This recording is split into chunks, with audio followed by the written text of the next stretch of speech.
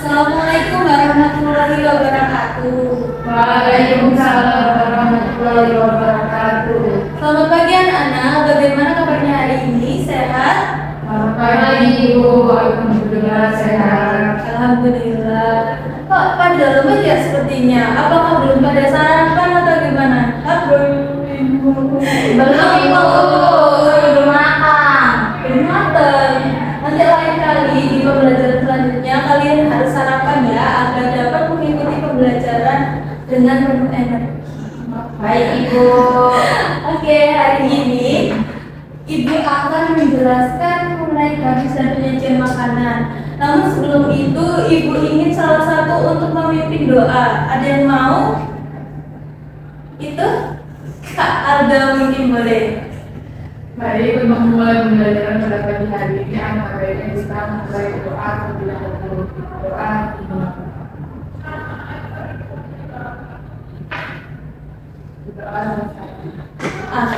Terima kasih. Sebelumnya, Ibu akan mengaksen kehadiran kalian terlebih dahulu ya. Kaila, hadir Ibu. Felisa, Hadir Ibu. Alda, Hadir Ibu. Naswa, Hadir Ibu. semua hadir ya berarti ya. Hadir semua Ibu. Alhamdulillah, semoga semua selalu dalam keadaan sehat walafiat. Amin. Oke, anak-anak semua, hari ini Ibu kan menjelaskan mengenai garis pada penyajian makanan. Nah, apa sih yang akan kita pelajari pada hari ini? Nah, sebelum itu kalian tahu nggak? Kalau di suatu hidangan itu ada hiasan seperti daun mint di minuman, lalu ada bentuk wortel yang dibentuk seperti bunga ditumpeng, itu namanya garnish ya. Nah, menurut kalian itu apa sih fungsinya dalam penyajian makanan? Silahkan. Jadi fungsi garnish dalam penyajian makanan itu memperindah penampilan dan meningkatkan visualisasi dari makanan tersebut. Ketika sebuah makanan diberikan, itu tentunya akan meningkatkan selera makan karena yang dimakan itu sebuah karya gitu. Betul apa kata teman kalian tadi ya, bahwa penggunaan garis dalam penyajian makanan itu sangat penting untuk memperindah suatu tampilan dari makanan tersebut. Nah, ini Ibu lihat kok kalian semua pada lemes ya. Apakah tadi karena belum sarapan ya? Iya Ibu, jadi kurang fokus. Oke, biar kita fokus, gimana kalau kita ice breaking dulu? Mungkin boleh berdiri semua anak.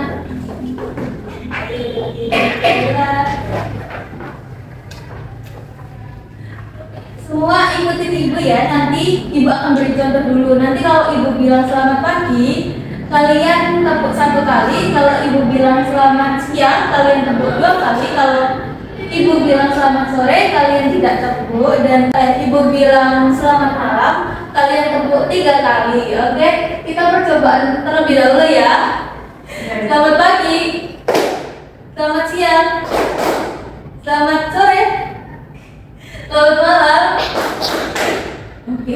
Oke, sekarang yang beneran ya. Oke, sekarang yang beneran.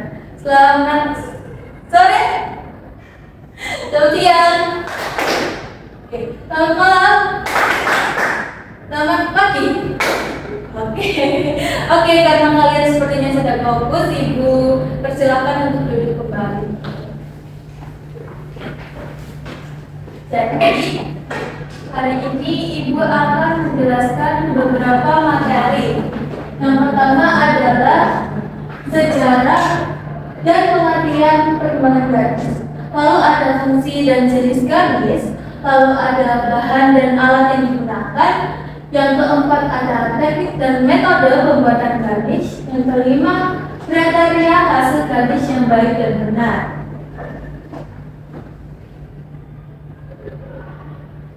Jadi kalian lihat di sini ada 2 tumpeng yang berbeda. Ada yang menggunakan garis dan ada yang tanpa garis. Menurut kalian perbedaan yang mencolok di sini apa sih? Ada yang mau menjawab tidak? Boleh, silahkan. Kalau yang saya lihat yang tanpa garis itu terlihat masih judulnya kurang menarik kalau untuk cara estetikanya, tapi kalau dengan garis itu kelihatannya lebih cheerful, lebih enak dipandang, terus kayak buat foto-foto itu jadi cantik gitu. Iya, betul sekali bahwa penggunaan garis ini dapat menambah estetika dalam suatu penyajian hidangan.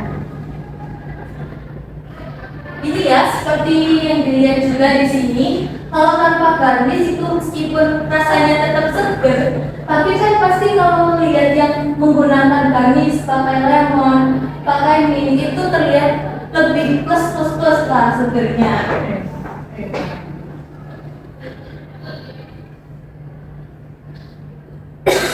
Jadi ibu akan masuk ke ini pembelajarannya. Jadi garnish itu mulai berkembang dari sejak zaman Mesir dan Yunani, di mana dahulu itu garnish dilakukan untuk hanya sekedar tradisi atau ritual. Nah, lalu di abad pertengahan itu mulai muncul adanya garnish sebagai sumber kemewahan. Dan untuk saat ini garnish itu dapat digunakan selain untuk menghias makanan, tetapi garnish juga bisa digunakan untuk dirasakan. Jadi garnish itu bukan hanya untuk menghias makanan, tetapi garnish juga dapat kita rasakan, kita dapat makan, harus dapat kita makan.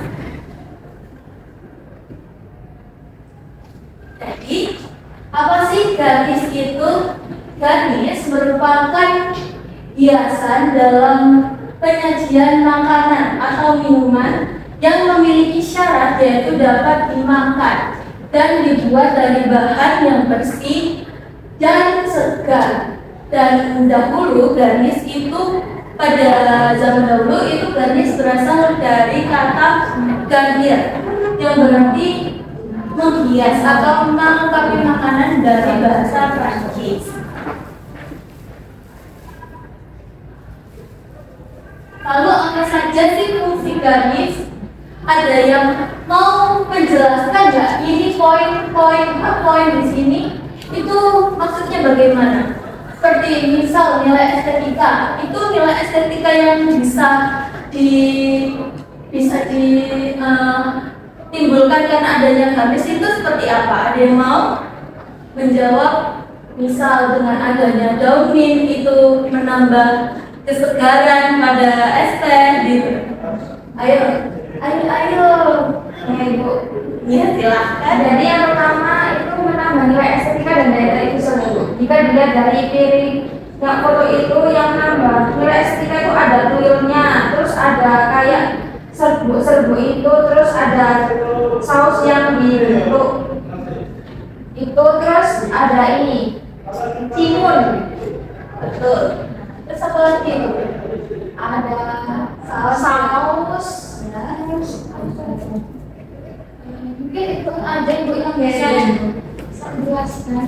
Oke, ya. Kalau dilihat dari penampilannya ini, itu kan pasti sangat estetik ya, sangat meningkatkan selera makan kita. Nah, dan dengan penggunaan garnish itu kita juga dapat menambah rasa, aroma, dan tekstur yang ada. Dan dengan adanya garnish itu juga dapat meningkatkan nilai jual terhadap suatu makanan. Jadi ada beberapa jenis-jenis garnish yang ada di slide PPT ini. Jadi ada garnish dari sayuran. Ayo, siapa yang tahu garnish dari sayuran apa saja? Nih Bu, Ya boleh. ada wortel, timun, terus apa lobak gitu. Ya bisa. Ada yang mau menambahkan? Ayo. Dari timun Ibu, ya dari labu juga. Iya betul. Kalau garnish buah seperti yang dilihat di sini ada bisa dari apel, dari jeruk, dari yang lain-lain lah. Kalau dari daun vegetable itu bisa dari daun mint. Seperti itu. Kalau dari edible flower itu intinya bunga yang dapat dimakan. Seperti itu. Kalau garnish kering biasanya itu seperti dried dry skinnya yang di jeruk itu. Kalau saus kita bisa pakai saus macam-macam ya. Nah ini bahan-bahannya yang ada tadi. Nah kalau ada alat-alat pembuatan garnish, ada yang sudah punya pisau seperti ini nggak? Sudah. Nah kalau menurut kalian ada nggak perbedaan antara pisau yang biasa dan pisau yang untuk pembuatan garnish ini? Boleh silakan. Ada Ibu, kalau pisau itu kan yang buat garis kan lebih kecil ya, dan biasanya lebih tajam, jadi ketika kita mengukir itu jauh lebih gampang. Apalagi yang lingkaran gitu kan membutuhkan pisau yang lebih kecil. Kalau dengan pisau yang biasanya digunakan untuk memasak itu kan jauh lebih rumit, karena untuk mengukirnya kan Sulit. jadi sulit ya. Jadi ya itu seperti yang apa yang dikatakan teman saya tadi ya. Perbedaannya adalah jika pisau biasa itu sulit untuk mengukir yang kecil-kecil seperti itu. Nah ada filler, ada cutting board, ada napkin, tusuk gigi, mangkok itu biasanya digunakan untuk mengisi air yang dingin. Lalu garninya dimasukkan ke dalam air dingin tersebut, dan itu untuk mengkakukan garnisnya. Jadi kalau misal kalian membuat garnis dari timun, misal bentuknya bunga seperti ini. Nah itu kalau kalian masukkan ke air es, itu nanti bisa membuat garnisnya lebih kaku, jadi lebih pekat dan indah. Lalu ada wadah tertutup juga. Ini ya ada beberapa teknik dan metode pembuatan garnish. Yang pertama ada mengukir, seperti mengukir buah semangka yang menggunakan pisau ukir. Lalu ada metode cutting dan shaping, seperti kita itu memotong bahan menjadi bentuk tertentu, dan ini biasanya memerlukan pisau dan cutting board. Lalu yang ketiga ada metode twisting atau rolling, dan ini biasanya digunakan pada kulit lemon yang biasanya di twisting seperti itu. Lalu ada piping atau menyemprot, biasanya menggunakan piping bag, dan biasanya itu menggunakan bahannya dari saus. Lalu ada natural styling atau penataan natural.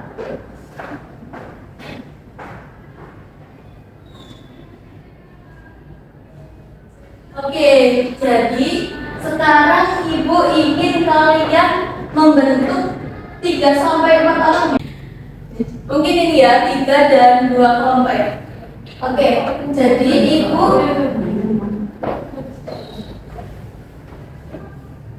Ibu ingin kalian untuk mengerjakan LKPD yang telah Ibu sediakan, dan nantinya akan kalian presentasikan ke depan. Ini ya. Makasih. Boleh duduk di sini.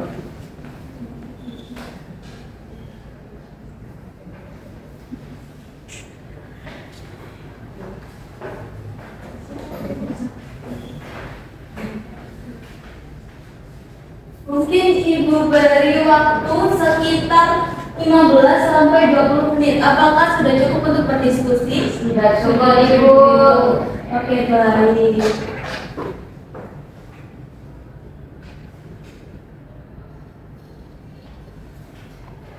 Ya, anak-anak, apakah ada yang ingin ditanyakan? Ini langsung mengerjakan di sini. Dia boleh langsung dikerjakan di sini, lalu dijawab yang kalian mengerti pada setelah saya menjelaskan. Baik. Mungkin ada yang ingin ditanyakan lagi? Ada yang ingin ditanyakan lagi? Ada yang ingin ditanyakan? Oke. Jika ada yang ingin ditanyakan, boleh langsung di present ya.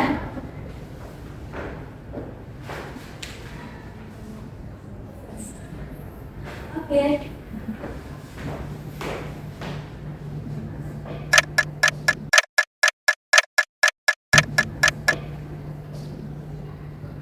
15 menit telah berlalu. Apakah kalian sudah semua untuk mengerjakan LKPD yang telah Ibu sediakan?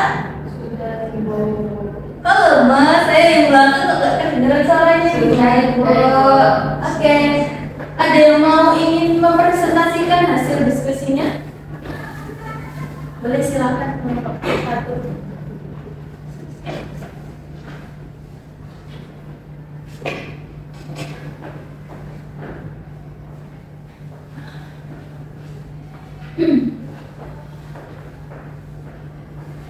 Ini kami akan menjelaskan mengenai jawaban dari kami, yaitu dari aktivitas 1. Berdasarkan materi tentang sejarah garnis, kriteria dan fungsi garnis telah berubah dari waktu ke waktu seiring perkembangan zaman. Jelaskan 2 perbedaan paling mendasar antara tujuan garnis di masa lalu dengan tujuan garnis di era modern saat ini. Nah, pada masa lalu, garnis lebih berfungsi sebagai hiasan dekoratif untuk memperindah tampilan makanan. Tujuan utamanya adalah meningkatkan daya tarik estetika visual agar hidangan terlihat lebih menarik. Sedangkan pada era modern, garnis tidak hanya sebagai hiasan, tetapi juga multisensori dan integratif, yaitu berkontribusi pada rasa, tekstur, dan presentasi makanan. Garnis juga harus sepenuhnya dapat dimakan atau edible dan menjadi bagian dari pengalaman bersantap.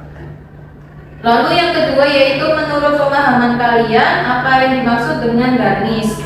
Nah, garnis adalah elemen tambahan pada makanan atau minuman yang digunakan untuk memperindah tampilan hidangan sekaligus menambah nilai rasa, aroma, tekstur, dan daya tarik visual sehingga membuat hidangan lebih menggugah selera. Garnis harus memenuhi beberapa kriteria, yaitu dapat dimakan, segar, bersih, dan sesuai dengan jenis makanan yang disajikan. Sekian dari kelompok kami. Assalamualaikum warahmatullahi wabarakatuh. Teman-teman dari mungkin untuk mempersingkat waktu, hanya satu kelompok saja yang maju ke depan. Dan ini sekarang Ibu memiliki penugasan individu yang dapat kalian lakukan. Boleh di-scan mungkin link barcode-nya. Sudah di-scan semua?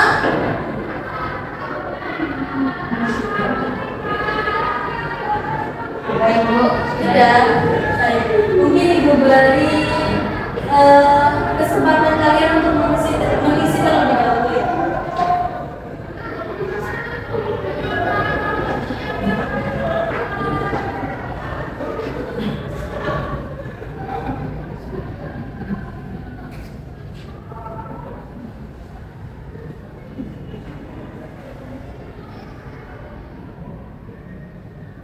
Di sini Ibu telah melihat hasil dari presentasi kalian dan hasil dari penugasan individu ini. Dan ternyata ada 3 siswa yang memiliki nilai yang baik. Dan siswa itu adalah, ayo, siapa yang merasa tadi menjawab dengan baik? Ada yang merasa nggak? Hanya Ibu. Oke, apakah benar itu?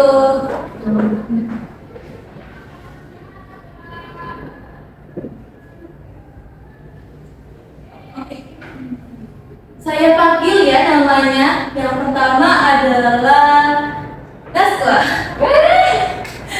Bisa. Mungkin bisa ke depan. Lalu ada Nuril, kalau bisa Farida. Boleh maju ke depan. Dan yang terakhir siapa ya? Ada Alia Nursyahwa. Boleh dimaju ke depan. Oke, teman-teman boleh kasih aplaus yang meriah kepada teman-teman.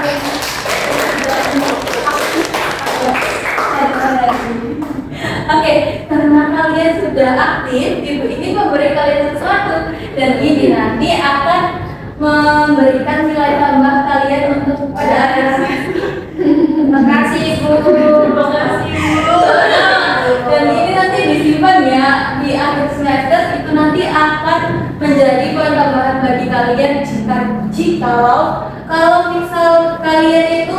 kurang nilainya kurang, itu akan menjadi poin tambahan bagi kalian. Oke, mungkin bisa duduk kembali. Terima kasih Ibu, terima kasih sama-sama. Anak, ada yang bisa menyimpulkan tentang pembelajaran hari ini tidak? Ini boleh, silahkan Kak Alda. Dapat kesimpulannya, garnish itu merupakan jasa pada hidangan yang dibuat dari bahan yang dapat dimakan dan berfungsi untuk memberikan tampilan makanan serta meningkatkan daya tarik penyajian. Fungsi garnish dalam menyajikan makanan sendiri yaitu untuk mempercantik hidangan, menambah estetika, serta meningkatkan selera makan. Baik, terima kasih ya anak-anak atas partisipasinya untuk hari ini. Dan sebelum menutup pembelajaran hari ini, marilah kita berdoa sesuai agama dan kepercayaan masing-masing. Dan semoga mata pelajaran hari ini dapat masuk dengan baik. Oke, berdoa dimulai.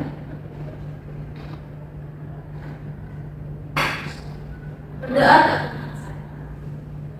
Saya sangat mengucapkan terima kasih atas partisipasi yang telah kalian lakukan. Dan juga jangan lupa ya, untuk minggu depan kita akan praktik untuk membuat garnish untuk penyajian makanan. Sebelumnya ada yang ingin ditanyakan? Sudah? Oke, sudah cukup jelas ya. Saya Ibu, ya silakan. Ada besok yang dibawa atau saya? Untuk yang dibawa besok itu ada buah dan sayur ya. Untuk buah mungkin seperti semangka. Semangka per kelompok bawa satu. Lalu ada buah. Mungkin karena anaknya tadi kelompoknya ada 3-4 orang, itu buahnya ada minimal 2. Seperti itu ya. Sudah cukup paham? Paham Ibu. Baik. Ibu cukupkan pembelajaran pada hari ini. Kurang lebihnya mohon maaf. Wassalamualaikum warahmatullahi wabarakatuh. Waalaikumsalam warahmatullahi wabarakatuh. Terima kasih Ibu. Terima kasih.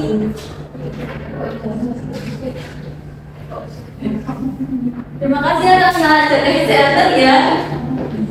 Jaga kesehatan anak-anak. Iya Ibu.